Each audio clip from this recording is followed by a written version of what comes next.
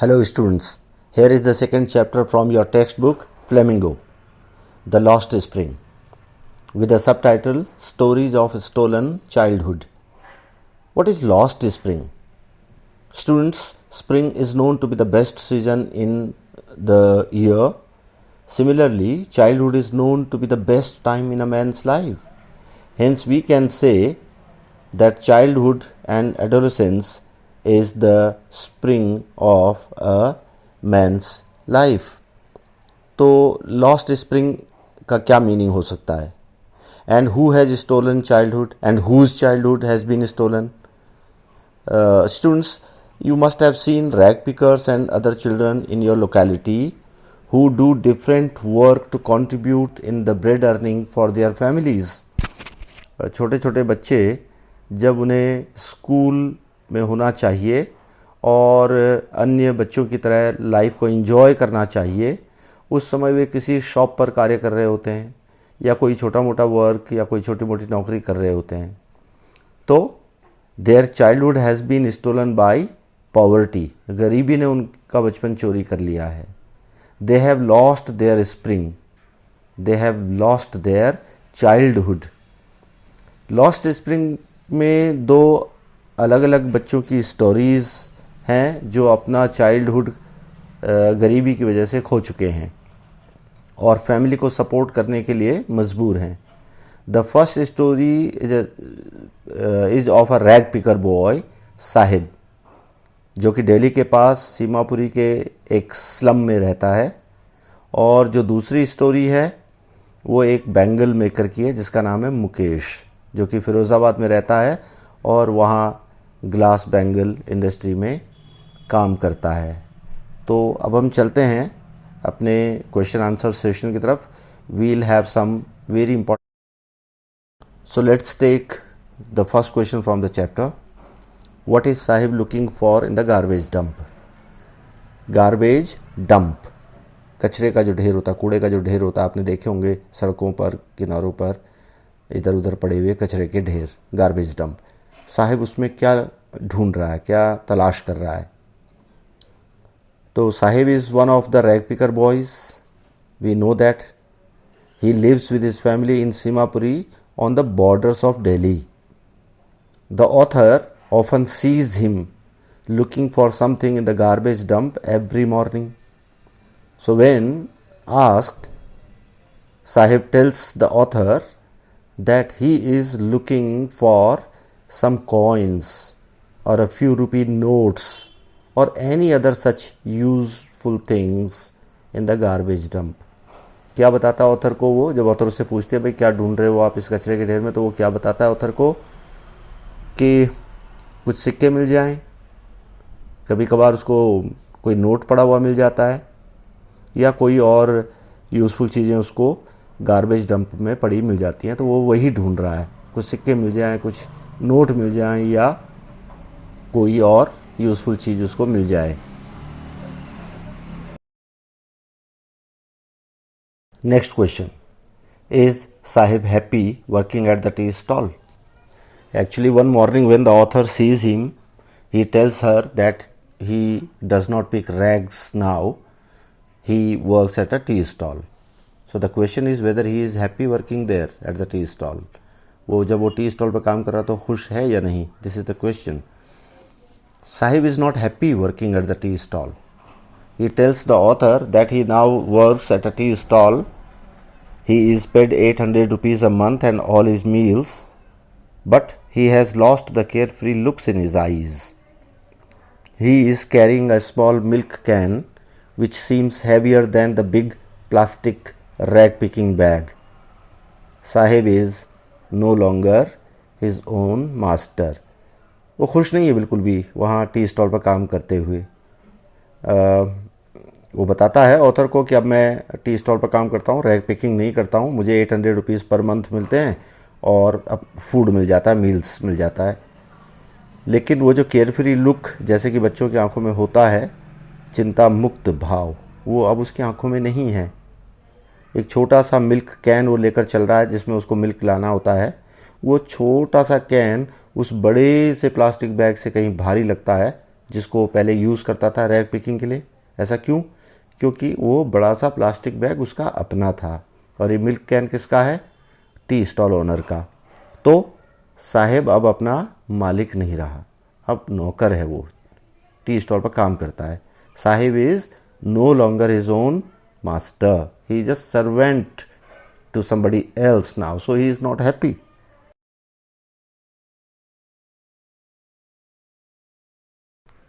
चलिए next question लेते हैं। What explanation does the author offer for the children not wearing footwear? जब वो इधर उधर जाती है तो हर सुबह उसको बड़ी संख्या में ये जो रैग पिकर्स हैं बच्चे, ये इधर उधर घूमते हुए दिखाई देते हैं। Not wearing footwear, without any shoes in their feet, shoelace boys, shoelace children. तो इसके लिए वो क्या एक्सप्लेनेशन, क्या रीज़न वो देती है कि ऐसा क्यों है, क्यों नंगे पाँव इधर उधर घूमते हैं? The answer, every day the author sees many rag picking children running here and there without shoes in their feet. She says that the children remain barefoot not because of lack of money, but it is a tradition for these rag pickers to remain barefoot. What is barefoot? Shoeless. But she quickly admits that this explanation may be an excuse to justify the constant condition of poverty. हर सुबह author को बड़ी संख्या में बच्चे इधर उधर, ये जो रैग पिकिंग चिल्ड्रन है, इधर उधर घूमते हुए दिखाई देते हैं। उनके पैरों में जूते चप्पल कुछ होते नहीं है। तो वो कहती है कि ये ऐसा पैसों की कमी की वजह से नहीं है, बल्कि ये उनकी ट्रेडिशन है, उनकी परंपरा है नंगे पाँव रहने की। ऐसा नहीं कि वो पैसों की वजह से नंगे पाँव रहते हों कि भाई पैसे नहीं हैं उनके पास, बल्कि उनकी परंपरा, उनकी ट्रेडिशन है कि वो नंगे पाँव रहते हैं। लेकिन फिर वो तुरंत स्वीकार भी कर देती है कि हो सकता है कि ये जो रीज़न हम देते हैं ये एक बहाना हो सकता है, लगातार जो गरीबी की अवस्था है उसको जस्टिफाई करने का। गरीबी की लगातार चलने वाली जो ये अवस्था है, जो घोर गरीबी की अवस्था है, इसको सही ठहराने का शायद एक तरीका हो सकता है। जो हम ये कहते हैं कि भाई परंपरा की वजह से वो नंगे पाँव रहते हैं, पैसों की कमी की वजह से नहीं, तो ये सिर्फ एक बहाना है उनकी गरीबी को सही ठहराने का। Let's take a long answer type question now which is very important also.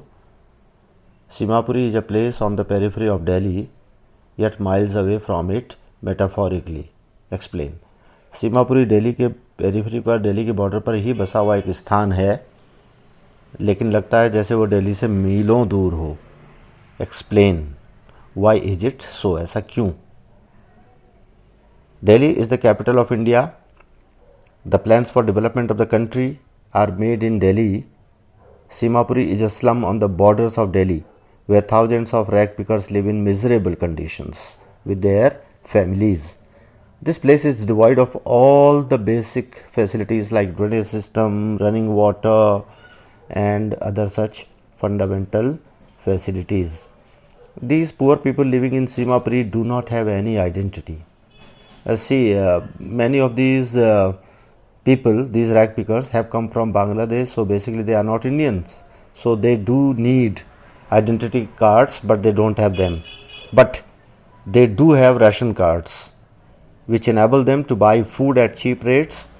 For them, survival is more important than any identity. Delhi देश की कैपिटल है, सारे जितने भी प्लान्स डेवलपमेंट के लिए बनते हैं वो सब दिल्ली से बनते हैं। सीमापुरी दिल्ली के बॉर्डर पर है, लेकिन लगता है कि ये जो डेवलपमेंट है ये कभी सीमापुरी तक नहीं पहुंचा। क्यों? क्योंकि हज़ारों ऐसे रैग पिकर्स हैं और दूसरे गरीब लोग हैं जो सीमापुरी में रहते हैं बड़ी मिजरेबल कंडीशंस में, बड़ी दयनीय हालत में। उनकी फैमिली उनके साथ रहती है, वहाँ पर कोई बेसिक फैसिलिटीज़ नहीं है, कोई ड्रेनेज सिस्टम नहीं है, गंदे पानी की निकासी का कोई साधन नहीं है, रनिंग वाटर नहीं है, कोई भी बुनियादी सुविधाएं वहाँ पर उपलब्ध नहीं हैं। सीमापुरी में रहने वाले ज़्यादातर लोग बांग्लादेश से आए हुए हैं, तो बेसिकली वो इंडियंस तो नहीं है, उनको आइडेंटिटी कार्ड्स की ज़रूरत होती है पर उनके पास नहीं है। हाँ, उनके पास राशन कार्ड ज़रूर हैं।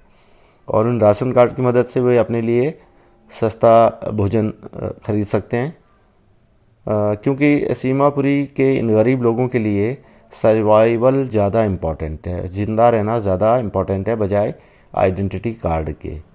तो ये लगता है कि दिल्ली के एकदम पास में होते हुए भी लगता है जैसे दिल्ली से मीलों दूर हो।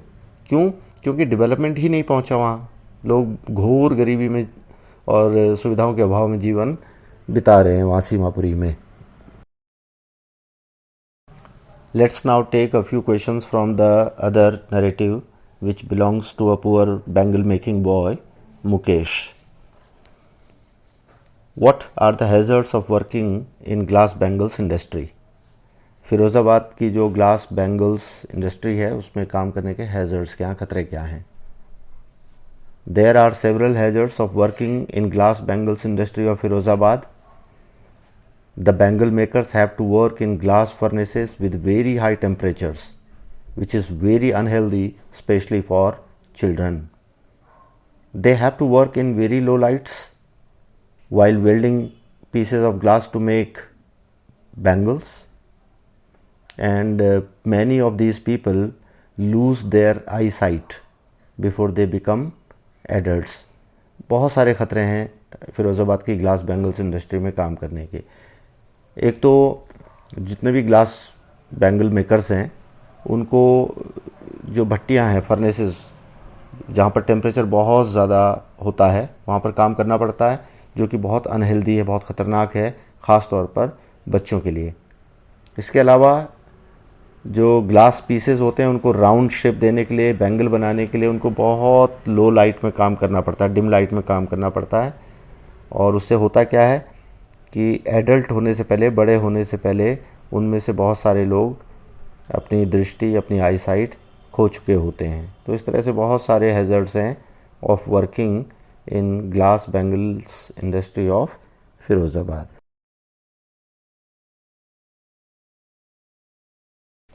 How is Mukesh's attitude towards his situation different from that of his family? Mukesh का जो अपनी परिस्थितियों के प्रति जो नज़रिया है, जो देखने का तरीका है, वो फैमिली से बिल्कुल अलग है। वो कैसे? In Firozabad, many generations have spent their lives making bangles. The families of these bangle makers have accepted bangle making as their destiny.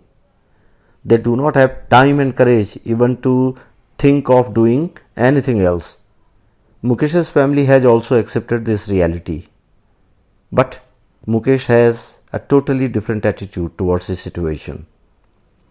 Mukesh has a dream in his eyes. He wants to become a motor mechanic and drive a car. So, we can see that he has a very positive outlook towards his situation. He does not accept bangle making as his destiny like his family does. Family ने तो ये मान लिया है कि bangle making के अलावा कुछ और नहीं कर सकते वो, क्योंकि फिरोज़ाबाद में कई सारी पीढ़ियाँ बैंगल मेकर्स की गुजर गई हैं सिर्फ बैंगल बनाते हुए, और उन्होंने तो मान लिया है कि बैंगल मेकिंग ही उनकी डेस्टिनी है, उनका भाग्य है। मुकेश की फैमिली भी उनमें से एक है। लेकिन मुकेश एक अलग ही एटीट्यूड दिखाता है। उसके आंखों में एक सपना है, वो एक मोटर मैकेनिक बनना चाहता है, वो कार चलाना चाहता है। तो उसका जो आउटलुक है, उसका जो एटीट्यूड है, वो बहुत पॉजिटिव है। What are the forces that conspire to keep the bangle makers of Firozabad in poverty? Conspire means षड्यंत्र करना, साजिश करना, कॉन्स्पिरेसी करना। ऐसी कौन सी ताकतें हैं, ऐसे कौन से लोग हैं जो फिरोज़ाबाद के इन बैंगल मेकर्स को गरीब बनाए रखने की साजिश करते रहते हैं? तो there are several forces that conspire to keep the poor bangle makers of Firozabad in poverty for their own selfish ends. अपने स्वार्थों के लिए इन गरीब लोगों को गरीब बनाए रखने का षड्यंत्र करने वाली बहुत सी ताकतें हैं, like the sahukars, the middleman, the policeman, the bureaucrats, the keepers of law and the politicians. उसमें साहूकार हैं, मिडलमैन है, बिचौलिए जो होते हैं, पुलिसमैन हैं, ब्यूरोक्रेट्स है, बड़े बड़े जो अधिकारी होते हैं, कीपर्स ऑफ लॉ हैं जो कि कानून व्यवस्था को संभालने वाले जो लोग हैं, और जो हमारे पॉलिटिशियंस हैं, जो नेता लोग हैं। ये सारे के सारे लोग इकट्ठा हो जाते हैं और अपने स्वार्थों के लिए इन गरीब लोगों को गरीब बनाए रखने का षड्यंत्र करते रहते हैं, कॉन्स्पिरेसी करते रहते हैं।